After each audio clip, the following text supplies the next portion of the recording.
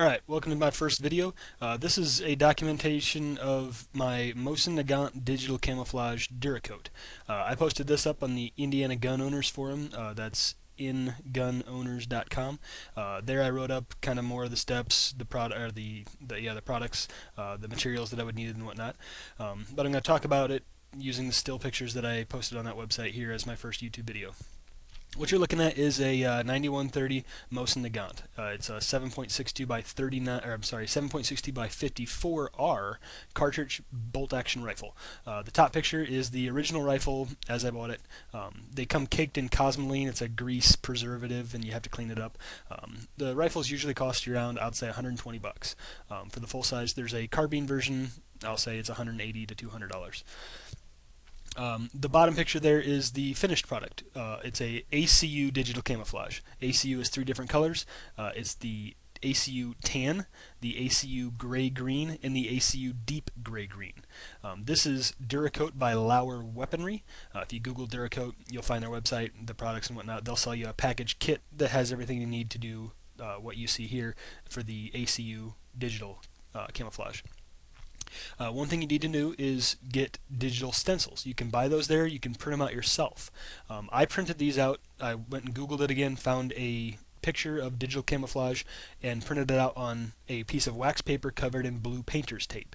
You cover both sides of a piece of wax paper with blue painter's tape and run it through your printer, printing out the digital camouflage. Then you just take an X-Acto knife, cut out the stencils and peel it off of the wax paper, and you get 2 stencils per side, or 2 stencils per stencil, because you got tape on both sides, and you stick those on there, and we'll go over that in a little bit later. So here again is the original rifle, out of the box, cleaned out, all the parts are in it and whatnot. I just wanted the pre-done anything picture for my work here. Gonna do it. All I was going to do was the stock. So there's a 2-piece stock there. Obviously, take everything out, the bolt, or the barrel, the trigger, all that kind of garbage. It's all one piece basically. You take out 2 screws and you lift out the entire rifle, and it just leaves you a stock. That is something you have to clean because again, there's that cosmoline everywhere.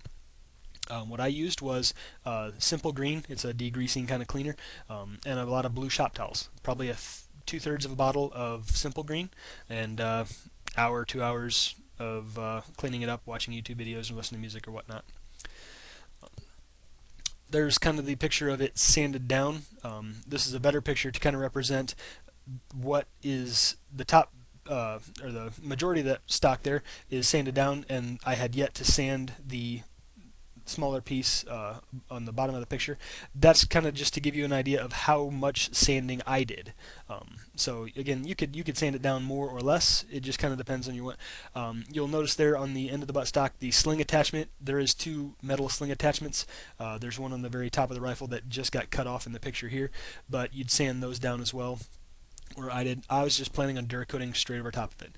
Also, I sanded on the inside of where the barrel and the bolt itself, the magazine, all that. I sanded on the inside of that, and again, I also had to clean that with the Simple Green. So, again, due diligence is cleaning it and sanding it down properly.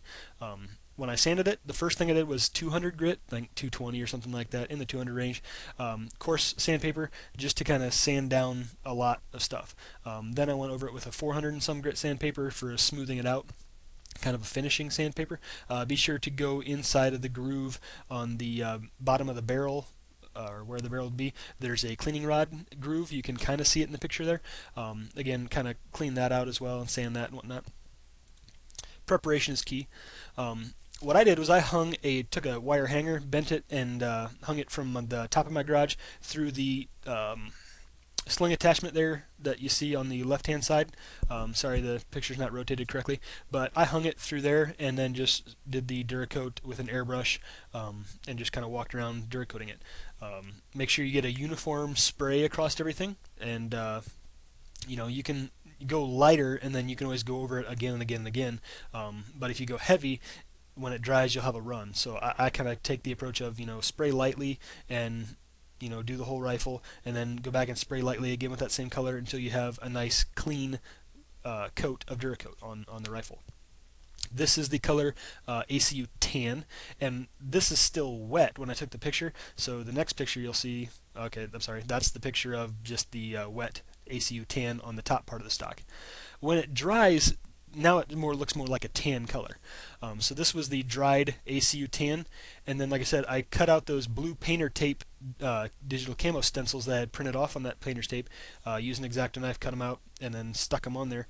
And so this is the first set of stencils onto the ACU tan color Duracoated rifle or stock.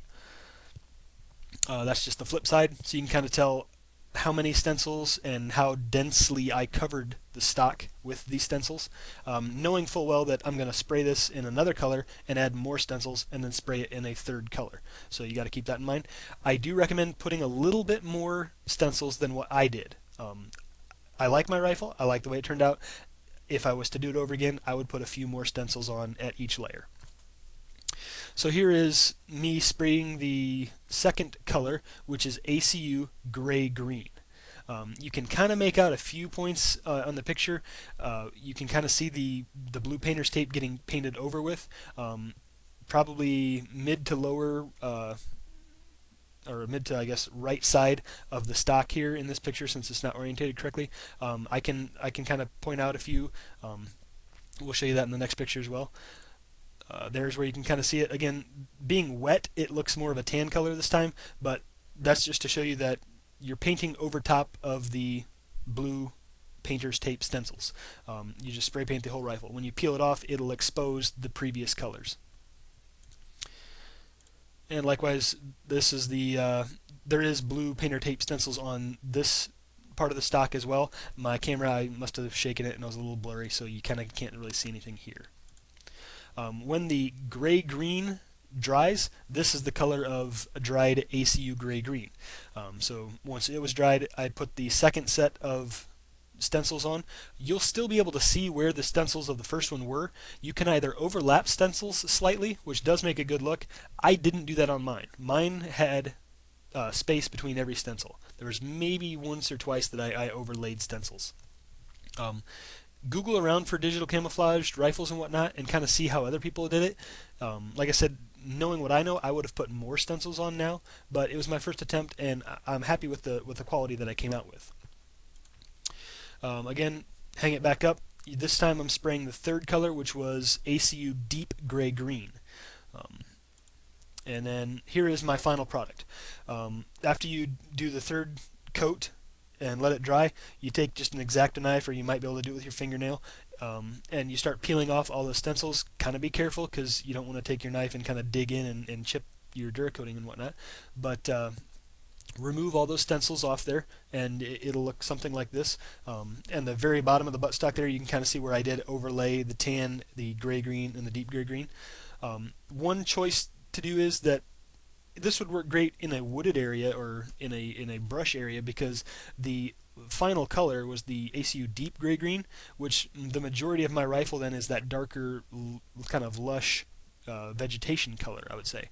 If you were in more of a desert area, I would say that the final color you would want is the tan color to match the kind of desertous background, if you will. That's something you have to decide going into it. Honestly, I didn't. I just kind of sprayed them in the order that I did and wasn't thinking, and I'm kind of glad I luckily ended up with the deep gray green as my final color, because I'm in Indiana, and if I was going to go out and use this and whatnot, I would have vegetation and whatnot, so it kind of matches better. So here's the fully assembled rifle. You put the barrel and the magazine, the bolt, and everything back into it. There are two barrel lugs. You can kind of see them. They're still black. I didn't do anything but just the wood of the stock, so there was no parts of the rifle that were metal that I sprayed with Duracoat. You could do that, and the two I call them barrel lugs or barrel nuts, clamps, I guess is what you probably could call them. You could have done that and made it match. You know, I have two black lines on the forward side of my barrel. I don't mind it. You know, from 10 feet away, I don't think you'd notice the two black lines there. You're going to notice more of the bolt and receiver being stainless steel and black, and the end of the rifle itself being black. You know, I'm not going for all-out camo, you know, coolness and whatnot. I don't care if this rifle gets seen. You know, this was just me having fun. The primary reason I did this was because these rifles are cheap. Like I said, they're 100, 120 bucks in most gun stores. If I screwed up, I could always sand the rifle back down and do it over again. I just wanted to try my hand at Duracoating, see what it would do, see if I could do a somewhat complex pattern like a digital camo, and I'm happy with the quality. It turned out well. I've had people comment that they would buy it off of me, or they would give me their rifle to do. So if you want to get into this, practice on a cheap, inexpensive rifle like this, and do it 2 or 3 times just to get the practice down, and then show it off and say, hey, I'll do this for $75 or whatever to your rifle. I do plan on doing this to some of my more expensive rifles. I have an SGL 21 AK-47. I plan on doing the buttstock and the forward grip areas on that. I have a few other rifles that I could do something to, or just even single colors. It doesn't have to be a digital camouflage. It doesn't have to be digital. It could just be a regular camouflage, and you can do that. I just wanted to get this out there as kind of my first video, kind of show and get other people interested in doing this kind of stuff, because it's not hard. I would say for under $100 worth of equipment, as long as you have an air compressor, there's a kit on Lauer Weaponry's website for all the brush and the 3 colors, the DuraCoat hardener and reducer, which is to kind of make the thickness of the spray paint itself, or the liquid that you're going to spray it. An open area with ventilation so you can breathe, but you don't want wind really. My garage worked well. I had the garage door open for air. It wasn't a windy night or anything, so it worked out well. If you have any questions, please post a comment. I'll be happy to answer them. Send me a PM if you want to. This is kind of just free winging it here as my video. I do want to give a shout out, Falia Photography. We've been messaging about a few things, and she wanted me to post a video and kind of get more into this, and I told her I would. So I want to give a shout out to her. Her videos are amazing. She does a lot of reviews of gear. She has her AK, or I'm sorry, not an AK, it's an AR. As well as backpacking gear, holsters, things like that. Definitely a great channel. Love her. So shout out to her. If you do have any questions, like I said, please post a comment. And this is my first video. This is Adam signing off.